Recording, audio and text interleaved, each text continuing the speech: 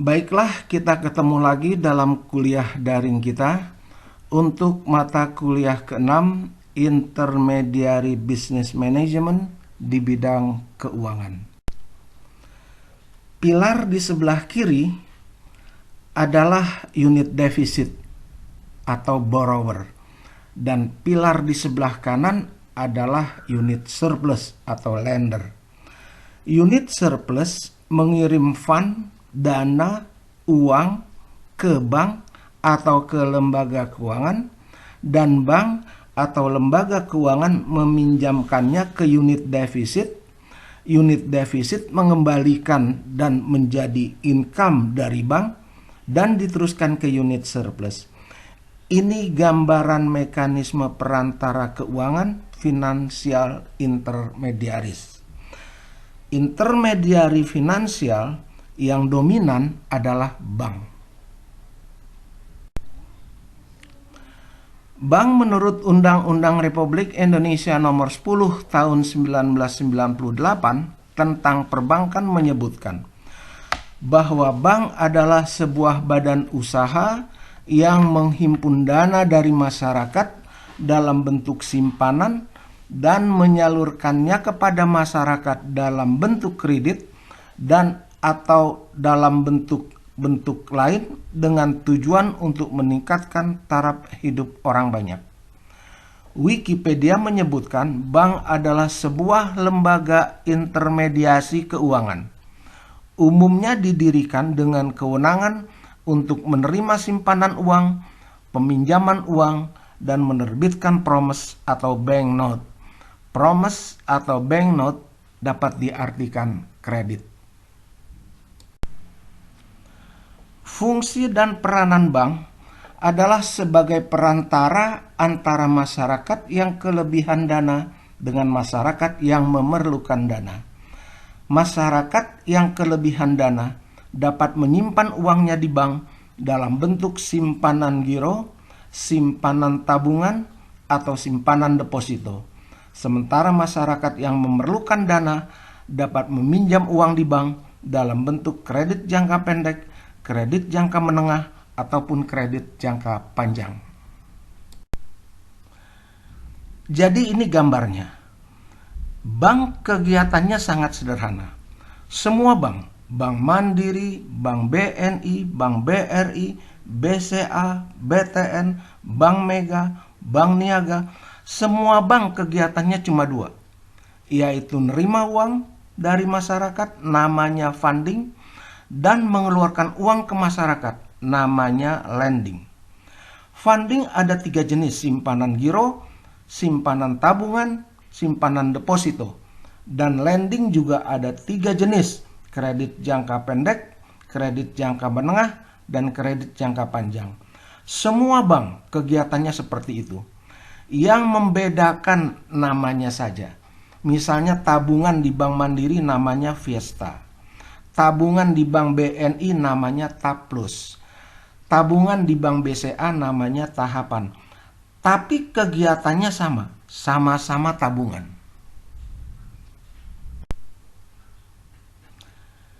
Yang dijelaskan itu adalah namanya bank konvensional. Sekarang di era berkembang pesatnya teknologi informasi, kegiatan bank yang konvensional ini diprediksi akan terkoreksi dan bahkan terancam bubar. Pada tahun 1994, Bill Gates memprediksi bahwa ke depan banking is necessary, banks are not. Walaupun pada waktu itu pernyataan tersebut hanya dianggap angin lalu, namun saat ini pernyataan Bill Gates tersebut seolah-olah sudah menjadi kenyataan seiring dengan berkembangnya finansial teknologi atau fintech.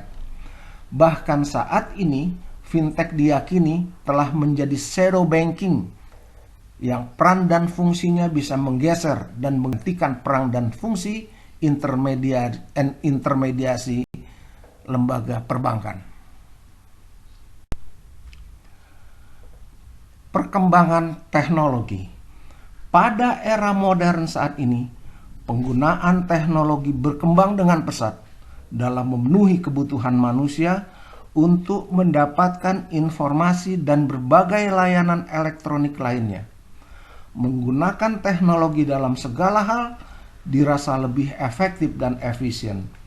Layanan di bidang keuangan atau finansial juga mengalami perkembangan yang cukup signifikan. Teknologi dan finansial memiliki keterkaitan satu sama lainnya. Dan ingat, gaya hidup masyarakat juga sudah berubah. Semua memegang HP. Perubahan gaya hidup dari dunia nyata ke dunia maya.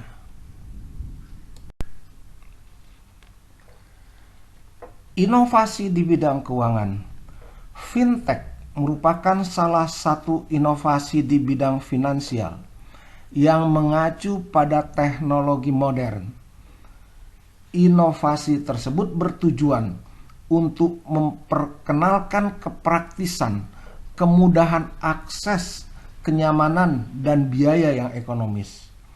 Munculnya fintech adalah ketika terjadi satu masalah dalam masyarakat yang tidak dapat dilayani oleh industri keuangan dalam berbagai kendala, di antaranya adalah peraturan yang terlalu ketat di bank serta keterbatasan industri perbankan dalam melayani masyarakat di daerah tertentu.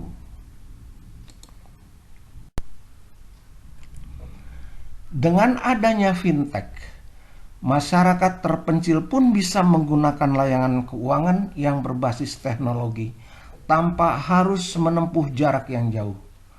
Bank Dunia 2014 menyebutkan jumlah penduduk Indonesia yang telah memiliki rekening di lembaga keuangan formal hanya sekitar 36%. Sisanya yaitu 64% tidak punya rekening dan akses terhadap lembaga keuangan formal atau disebut dengan istilah unbanked. Artinya lebih dari setengah masyarakat Indonesia belum terlayani oleh layanan keuangan seperti bank. Peluang usaha fintech. Hal ini menjadi peluang bagi usaha yang bergerak di bidang keuangan untuk memanfaatkan teknologi. Misalnya seperti Investri yang merupakan perusahaan rintisan atau startup fintech yang bergerak di bidang peer-to-peer lending yang mempertemukan orang dengan kebutuhan pendanaan atau borrower dan orang yang bersedia meminjamkan dananya atau lender.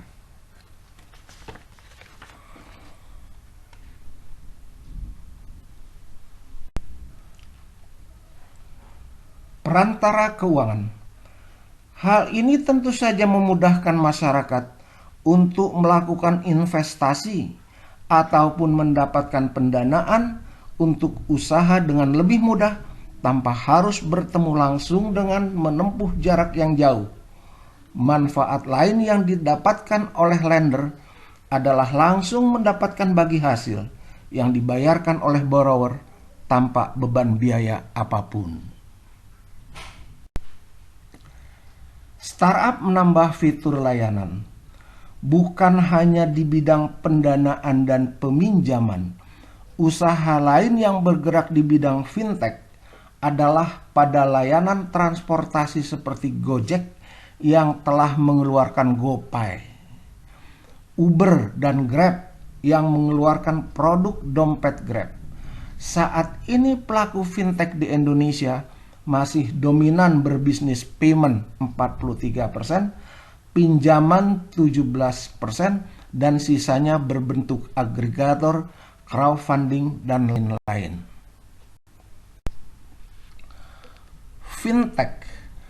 Fintech berpotensi untuk menguntungkan berbagai pihak, mulai dari pelaku bisnis sampai dengan masyarakat yang menggunakan layanan fintech serta pertumbuhan ekonomi. Fintech juga berperan dalam mempercepat perluasan jangkauan layanan keuangan. Fintech lebih memaksimalkan penggunaan teknologi dalam transaksinya dan mengurangi bukti fisik. Proses tersebut menjadikan transaksi keuangan yang lebih praktis, aman, dan modern. Di Indonesia sudah banyak perusahaan startup yang menggunakan jasa fintech dan dikenal lebih baik jika dibandingkan industri keuangan lainnya yang memiliki aturan yang terlalu kaku dan ketat.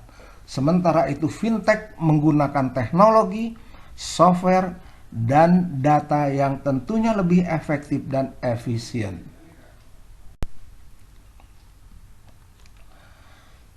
Layanan keuangan konvensional. Hal ini akan menjadikan industri keuangan formal menjadi kurang efektif karena biaya dan waktu yang dihabiskan akan lebih banyak. Jika industri keuangan konvensional tidak mampu berinovasi dan memanfaatkan teknologi, maka akan tertinggal oleh industri keuangan yang telah mengeluarkan fintech yang berkembang sangat cepat.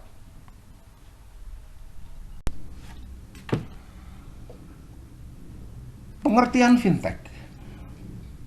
Fintech adalah financial technology atau bisa juga disingkat dengan sebutan fintech, merupakan pemanfaatan teknologi untuk memberikan pelayanan yang lebih baik dalam keuangan ataupun perbankan.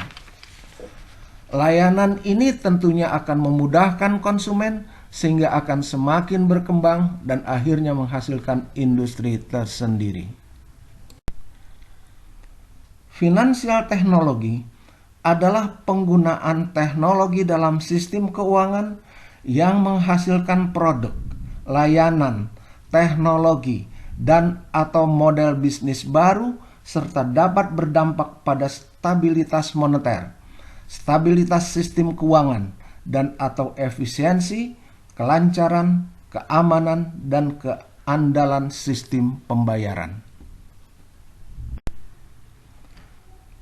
Financial technology merujuk pada penggunaan perangkat lunak dan platform digital untuk memberikan pelayanan atau layanan finansial pada konsumen. Financial technology memiliki potensi yang tidak terbatas sebagai alat dan teknologi baru yang sedang berkembang, serta sebagai tantangan yang dihadapi oleh model bisnis lama. Layanan atau pelayanan keuangan model ini dapat disertai dengan kecepatan, reliabilitas, dan efisiensi lebih baik. Oke, baiklah kuliah daring kita akhiri. Mudah-mudahan bermanfaat. Sampai ketemu pada kuliah daring berikutnya. Sekian dan terima kasih.